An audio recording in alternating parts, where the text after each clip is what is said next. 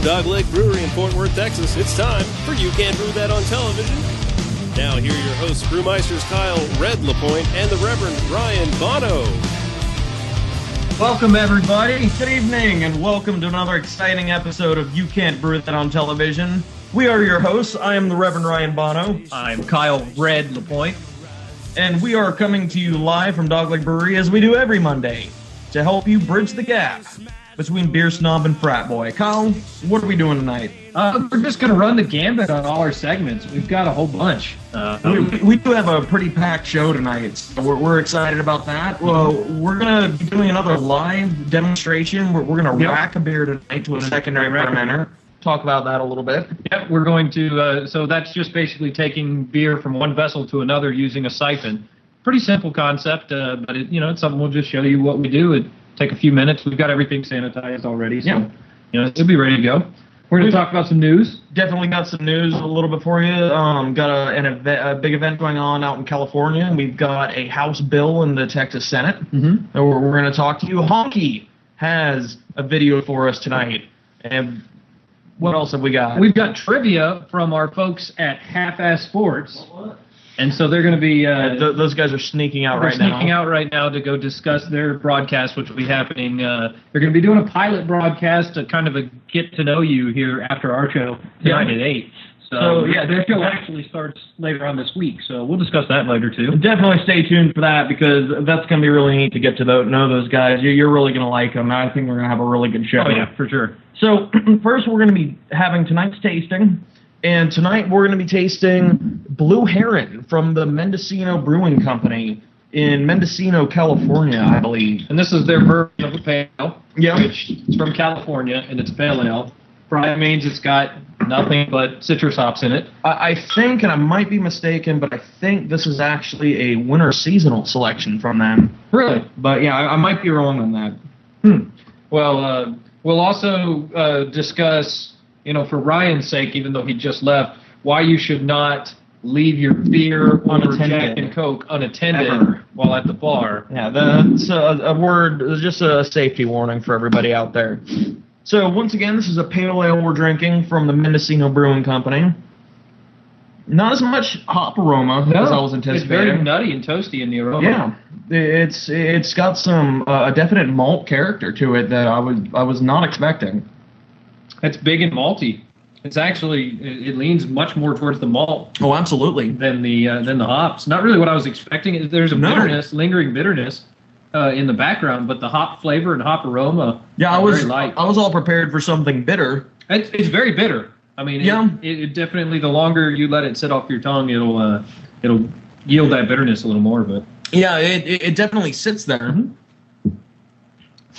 That's a nice beer. That's a nice beer. Yeah, it's got a really neat balance to it that just ends with that bitter. It's interesting how they got it. Normally you get an IPA or a pale ale. It seems like it's very hop forward, but this is very malt forward. Yeah, and the hops come in right away as soon as you get away from that malt flavor. But the first thing you get is a malt. Yeah, absolutely. I like it. This is a really nice. It's a big melanoidin flavor. Is really what it is. Yeah, I was thinking that too. It definitely has some melanoidin in it.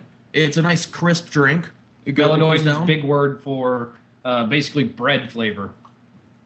So. Absolutely. Yeah, we got to keep everybody up to date on that. Oh yeah, tonight we're going to talk about. We're going to throw back to last week's episode. I got called out, and we'll talk about hot sauce and my ability to eat hot foods.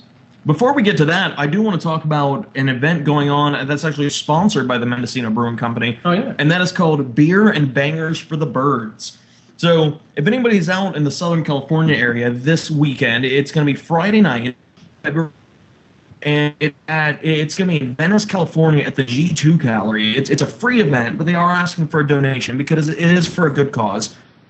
They're going to have a beer tasting. Okay. They're going to have a book signing by a guy named Brian Yeager. Are you familiar with Brian Yeager? Yeah, he's the owner and operator of Jägermeister. Is he really? I don't think so, but I don't know. I'll look that up. Yeah, well, hold on, write that down. Write that down. Brian. Oh, I already have it written down. Okay. He is actually the author. Hold on, highlighted it. He is the author of Red, White, and Brew. An American Beer Odyssey, which I'd never heard of until just very recently, but it is definitely on my reading list. It was co-wrote, I think, by an Asian person. Oh, really? Yeah.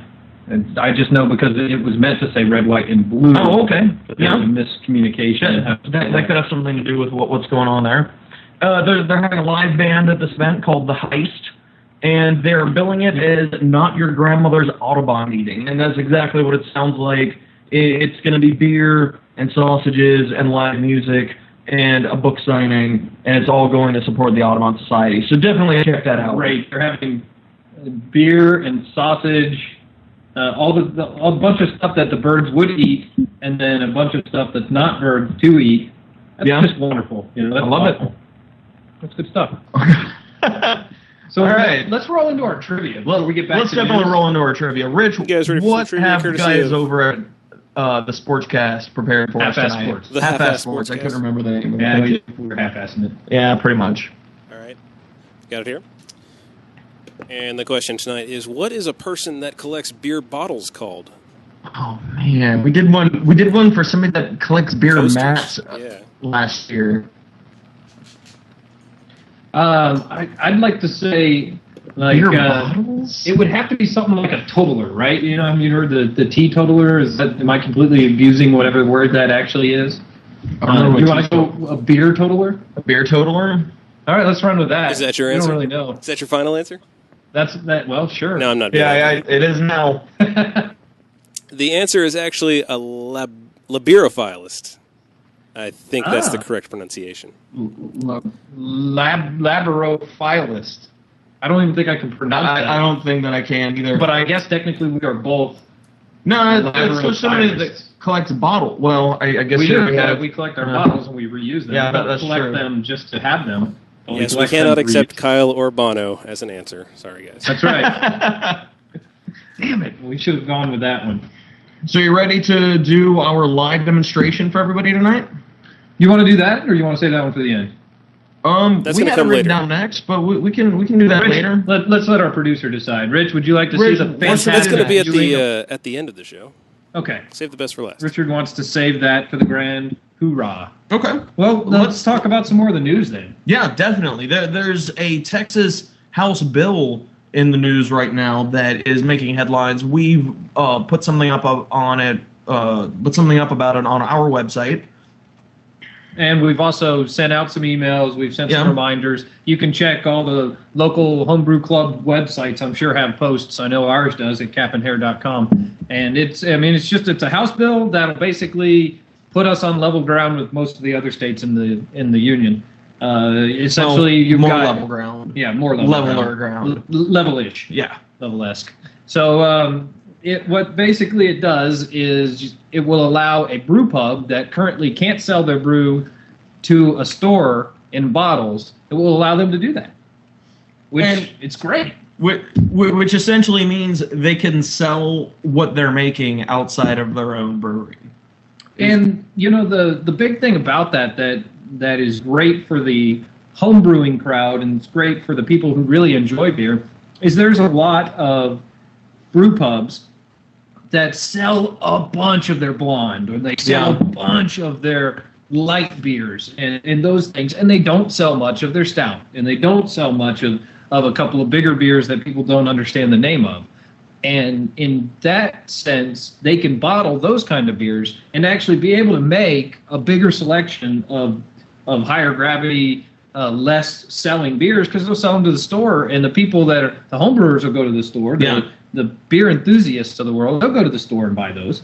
And it'll allow them not only to get exported around Texas, but out of Texas. It's going to increase the variety of beer that you can purchase at the store. And anytime you increase the variety of beer that you can purchase, you increase the selection, you increase the quality. And that's really what the home brewing and what the craft brewing community is about. And it gives another option to somebody who wants to start their own business. Absolutely. And that's one thing that we're very sensitive to here, because we have talked about starting our own brewery, and it's very hard here in Texas. It's very difficult. But, we could do like some sort of a malt and crackers by crackers type restaurant where we sell nothing but crackers and beer. I mean, technically, we would be a brew pub, right? We make our own crackers. I believe that is the case. Yeah. Sweet. So we need a cracker recipe. Cracker recipe. Cracker. Is cracker 2 Ks or 3? It depends on if you're using an E in there. Do you have to be licensed to be a distributor? In that case, you would then just have. You can get your own license as a distributor. I think it's under. That's also part of that rule or part of that bill. Could your buddy be a Franconia distributor? recent. Franconia is self-distributed right now, and Gerard used to be. And there's a size cap once you get above like 5,000 barrels or something like that. You can't self-distribute anymore. But you know, in these cases of the brew pubs that are only going to be making so much for the bottles, they can fall under that really easily. Yeah. And that House bill actually increases that cap too to 8,000 or 9,000 barrels a year, something like that. Which a barrel is basically 2 kegs. So you're talking 8,000 barrels, you're talking 1,600 kegs that they're making in a year, which is a lot of beer for a place with a small brew system. That's a lot of beer. What else we got coming up? We've got the honky. Well, before we've got the honky, let's talk about the Blue Bonnet. The Blue Bonnet. Sorry, I'm all excited about the honky's video, and I keep trying to jump ahead to it. Yeah, let's definitely talk about the Blue Bonnet Brew-Off, because that is a major event here in the North Texas quite a bit area. Last year. Yeah, we did quite a bit. It's a phenomenal event for people that both enjoy beer and homebrew. I know a lot of people that go out to the event that don't even enter into the competition, but it's the world's largest single-site homebrew competition. We have it here in DFW. Yeah, it's great. It's in Grapevine, usually where it's hosted up at the old Hardy, the new Weston Hotel. And for those of you that have never been to one of these big homebrewing events, they're really cool, because I don't think you'll ever see as much creativity in the beer brewing world as you will see at a homebrewing competition, because you're not talking about 10 or 11 big brewers that get together with their beers. You're talking about 100, 200, 300 different guys bringing their beer to this one location, and you're going to see some stuff you never even imagined. And everybody, all the different homebrew clubs from the area and from out of the area, because there's quite a bit of people that come. We'll set up a booth. And is it Friday night that has the beer tasting? It is Friday night, yeah. Friday night, they'll do a commercial beer tasting, which usually starts around 7, and it'll go till about 9. And all of the commercial breweries will come and bring reps or send their beer. There's just a ton of good beer that's at this event. And you pay up front to get in, and it's like $20. I mean, it's worth every penny and then some. $20 gets you in, gets you a tasting glass, and you just go from table to table filling your tasting glass for $20. It's great. I mean, it's a good night anyway. If you were going out to a bar and they would tell you that you could just walk around and drink all night for $20, you would definitely take that opportunity. Well, that's what this is, and the places have just fantastic beer. And then beyond that, you go and roll into the community bringing their beer. All the brew community brings their stuff, and all the different clubs will come in there, and they'll give away their beer. So you roll in from the commercial tasting to the homebrew tasting, and it is just a riot. And it's not just beer either. Cider people come out with this, and also mead. What do you call it? Making mead? You don't call it brewing, do you? I don't know. We might. Well, need to look that up. Yeah, we definitely need to look that up.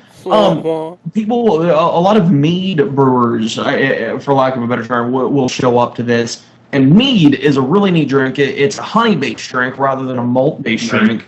And it is something we're going to explore in a future episode. But my introduction to mead was at the Blue Bonnet Brew-Off a couple years ago, and I really liked it. Yeah, it's good stuff. It's a really neat drink when it's properly made. Right. A good mead is really good. And if you like hangovers, I mean, it's just a wonderful drink to drink a lot. Nothing better.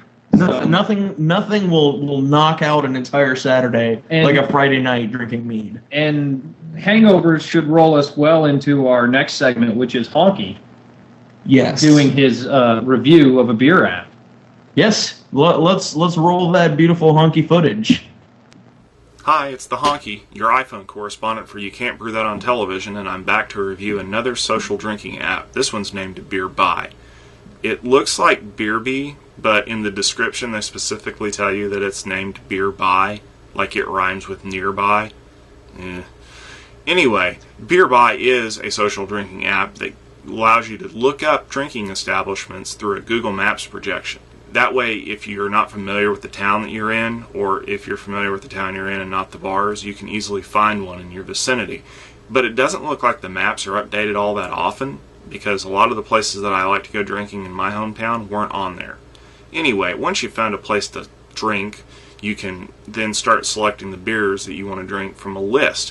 One of the nice things about this list is it shows you the last 25 beers that were submitted as being consumed by people.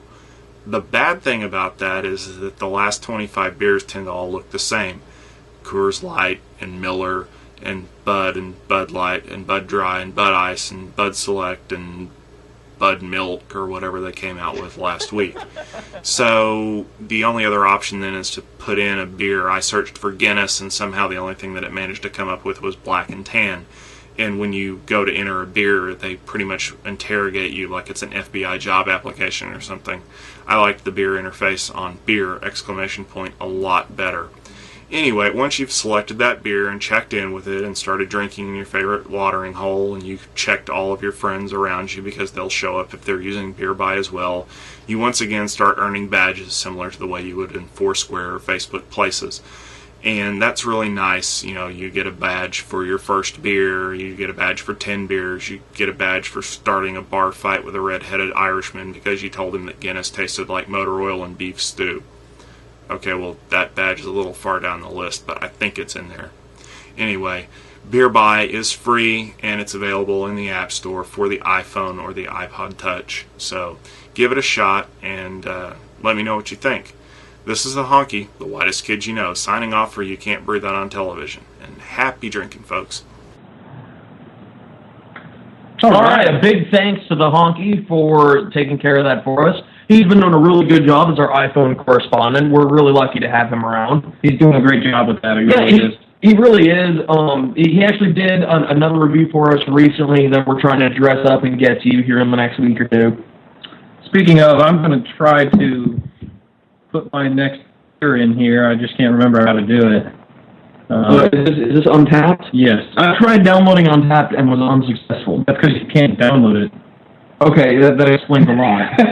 That explains an awful lot. Let's take a second to talk about the new show coming up on the Lone Star Network. Let's do that. Our network is starting to branch out, and we're going to be bringing to you a sports show called the Half-Ass Sportscast. And it's brought to you by it's going to be hosted by a couple of friends of ours who are just walking through and past our camera as we're talking about them. It's like they heard us, and they're bringing in their Dickies and Subway to share with everybody. Put your Dickies away, sir. That's not good. So, the Half-Ass Sportscast, live here on the Lone Star, hosted by Ryan Faulkner and Johnny Gibson. It's going to be live Wednesday night today. Tune in this week for their very first episode, and welcome to the network, HASC.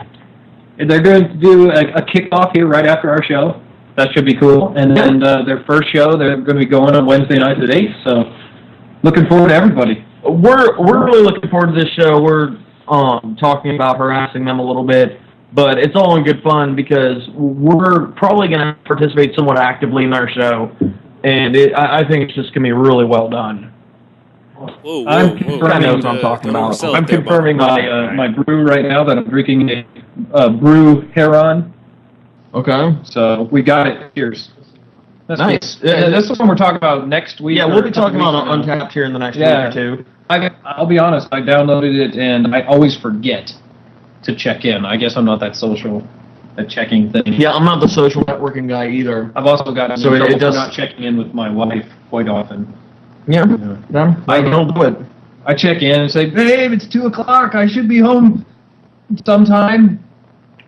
But she never answers it, so I guess woe is me.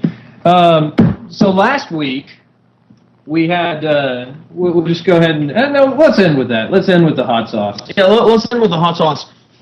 How about you go start getting our live demonstration set up while I talk about our next tasting? Okay. Sneak back. Tonight, our second tasting is going to be Ron & Son's Iron Thistle Scotch Style Ale. And as you probably have recognized by now, Scottish Style Ale is somewhat near and dear to the hearts of us. because we like it a lot. It's a very delicious style of beer. It's going to be very heavy on the caramelized malts. It's going to be very heavy on the toast. And Rahr makes a particularly good Scottish style ale called Iron Thistle. You'll notice that this is going to pour very dark. It's not quite opaque, but it's very close. I believe that according to the style guideline, it's supposed to be clear and almost opaque with some ruby highlights. This is a big beer. This should have the alcohol percentage on it somewhere. I'm thinking it's going to be somewhere in the neighborhood of 7 or 8. At least. Yeah, and Kyle's definitely agreeing with that. Ryan, could you look through that, see if you can find the alcohol percentage on it? It's a Texas beer, so it should have. Yeah, I think it has to by law. So, while we're trying to figure that out, I want to talk to you about why we rack our beers. And we're not quite at the point in the show yet where we can bring you the graphic that shows you where in the brewing process we are. But in this part of the brewing process, the beer has been fermenting for a certain period of time. The initial fermentation is done. The yeast has eaten up most of the available sugar, and what's left is what we call a yeast cake with sediment that settles at the bottom of the fermenter. So what we want to do is we want to siphon the wort. Actually, it's a beer now. We want to siphon the beer off of that yeast cake. And you can see this is the beer that we've been fermenting. We want to siphon that off of the yeast cake so that it can clarify and so that we can improve the flavor of it a little bit. The longer it sits on that yeast cake, the more volatile substances seep out of the sediment and into our beer. Now, this is somewhat controversial. I haven't studied up on the controversy of it, and I guess some people argue that it's a complete waste of time. So Kyle's going to tell us a little bit about that in a minute. But first, let's go ahead and rack the beer. Yeah, let's go ahead and rack the beer. Let's spin the microphones around so we can continue to talk. What we've got here is we've got our carboy, which is a glass container that we fermented in. And Bono is going to take my hose gently in his hand and then unpop my cork. Oh, so gently. And then I'm going to put my siphon into this liquid here as he puts the end of the hose into our keg. Just a couple of pumps on the auto siphon, and my hose is running. And so now we're siphoning. All of this stuff has been sanitized, so it is. There's no problems with any infections. We've had everything soaking in Starzan. It should be just a couple of minutes, and this will be done. It's a very simple process. What this does is it takes it off of this giant yeast cake that's on this beer here, because this was a yeast cake that we ramped up to do our Scotch ale. Speaking of Iron Thistle. And let's see. We can drop this down. We don't need since we're done with this carboy, we don't need this anymore. And I don't always recommend doing what Bono just did because it makes a mess. But since we weren't prepared to do that any other way, it's This is an ideal time to get a taste of what your beer is going to be like. just not like that. Just not like that. Usually you just put the hose into your mouth and drink it that way, but and then put the hose back in the liquid, which really because that's the way to keep everything sanitary. Remember, cleanliness is next to godliness when you're brewing.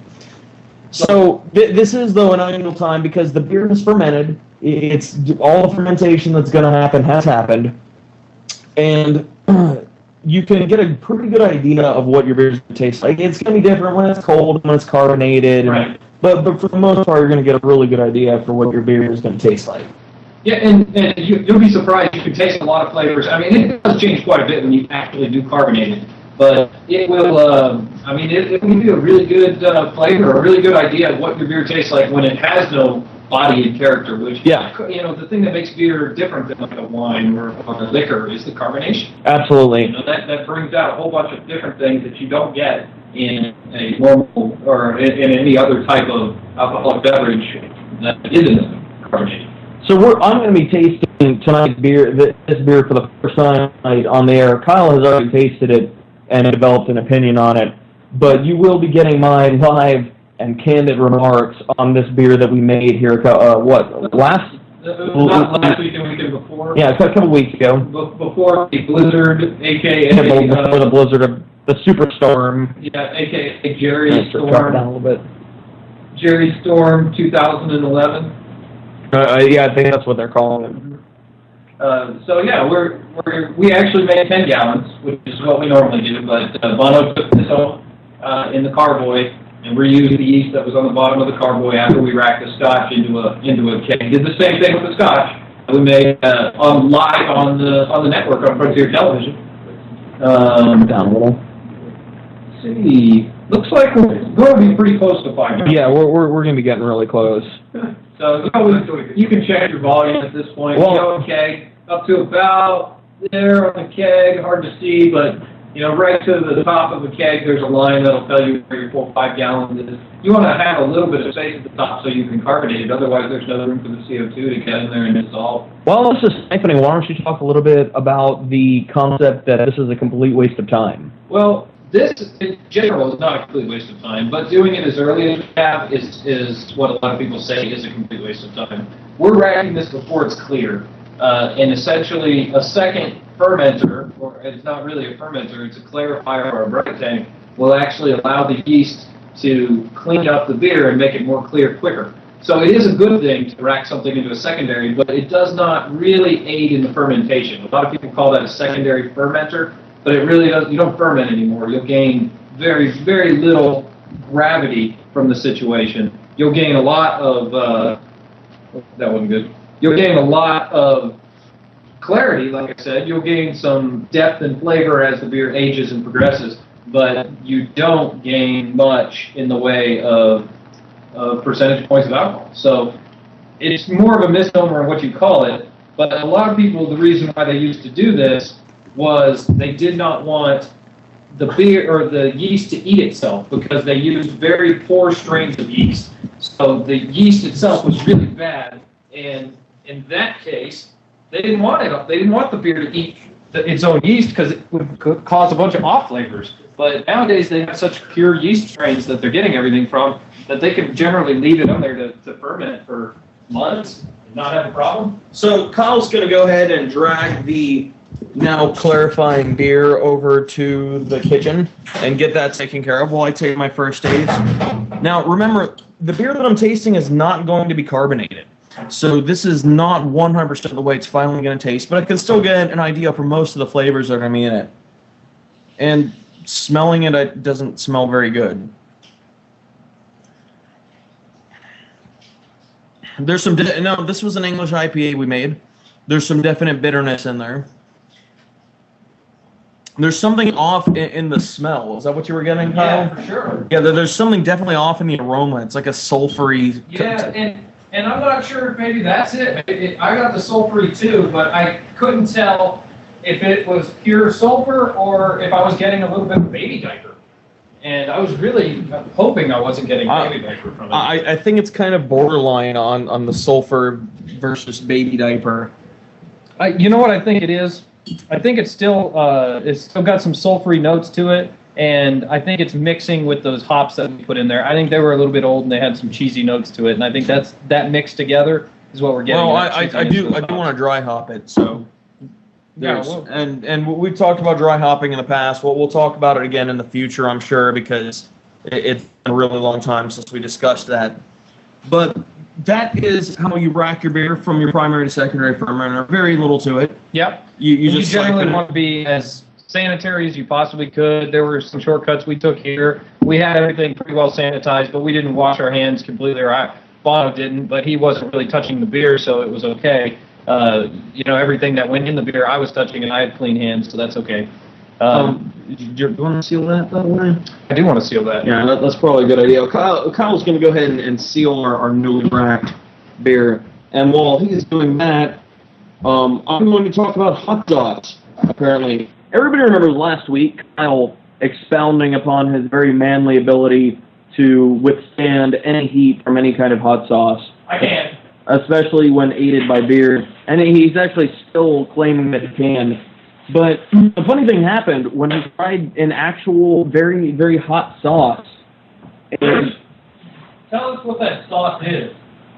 oh, Rich has it posted up, actually. Yeah, I got a graphic for it. Yeah, go ahead and tell us a little bit about it, Rich. Kyle was apparently recently fed a just a dollop, just a dot of East Armageddon Post hot sauce, which is apparently available exclusively from Chili's Fire Pit in Mentor, Ohio. ChilisFirePit.com. It rang in at 1.5 million Scovilles, which is pretty king hot as far as we can tell. Just for a frame of reference, Rich, where does Tabasco sauce rate on that scale? Did I hear correct? It was like 200 or 2,000? It's about 2,000 to 3,000. Yeah. 6? And this is 1.5 mil. 50,000. a habanero pepper is 50,000, according to Ryan Faulkner, co-host of the Half-Ass Sportscast. Might not be. And resident hot sauce specialist. He's claiming to be a hot sauce aficionado, so he knows. So, Kyle, how did that go for you when you tried this? Well, let me just describe my process of trying something like this. He's going to describe it. When you try hot sauce and you have friends around, I guess we can zoom in later. We're way zoomed out. Everybody sees us. But when you try hot sauce, you generally know how hot it is if other people have tried it by their reactions when you pour it on something.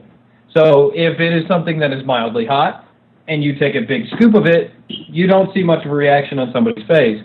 But if it is extremely hot, like say 1.5 million Scovilles, and you dump about a pea-sized dollop onto a chip and everybody's jaw drops, you're pretty sure that that's going to be really, really hot. Yeah, pretty much. And so what I did was I put that on a chip, and then I took a small bit of it, thanks to my friends who decided that they were going to watch this show and then put my taste buds where my mouth was, I guess. But I tried that bit, really hot. Until I think it took about 2 beers and probably a half a bag of potato chips. And I think I pretty well should have put a straw in the ranch dressing instead of using some utensil to bring it to my mouth. That probably would have streamlined the process, for sure. I'll just tell you this right now, that was hot. That was really hot. I survived it, and I felt euphoric the rest of the night. I felt like I could float on clouds of fire. But, yeah, it was fun. I appreciate you. Thanks, Keith. Dave, for that pain. So apart from the fact that sauce was extraordinarily hot, what did we learn tonight? We learned that racking a beer is really easy. Yeah, we definitely did learn that. Mm-hmm. We learned that people in SoCal like to watch birds with beer and sausages. We learned that a person who collects beer bottles is either Kyle Bono or a Lee Beerophile. Or an unpronounceable word. And we also learned that the honky drinks Bud Milk. Bud Milk. That's good stuff. So while the honky is drinking his Bud Milk and people are watching birds, we want you to always remember that we are not professionals. So please try this at home.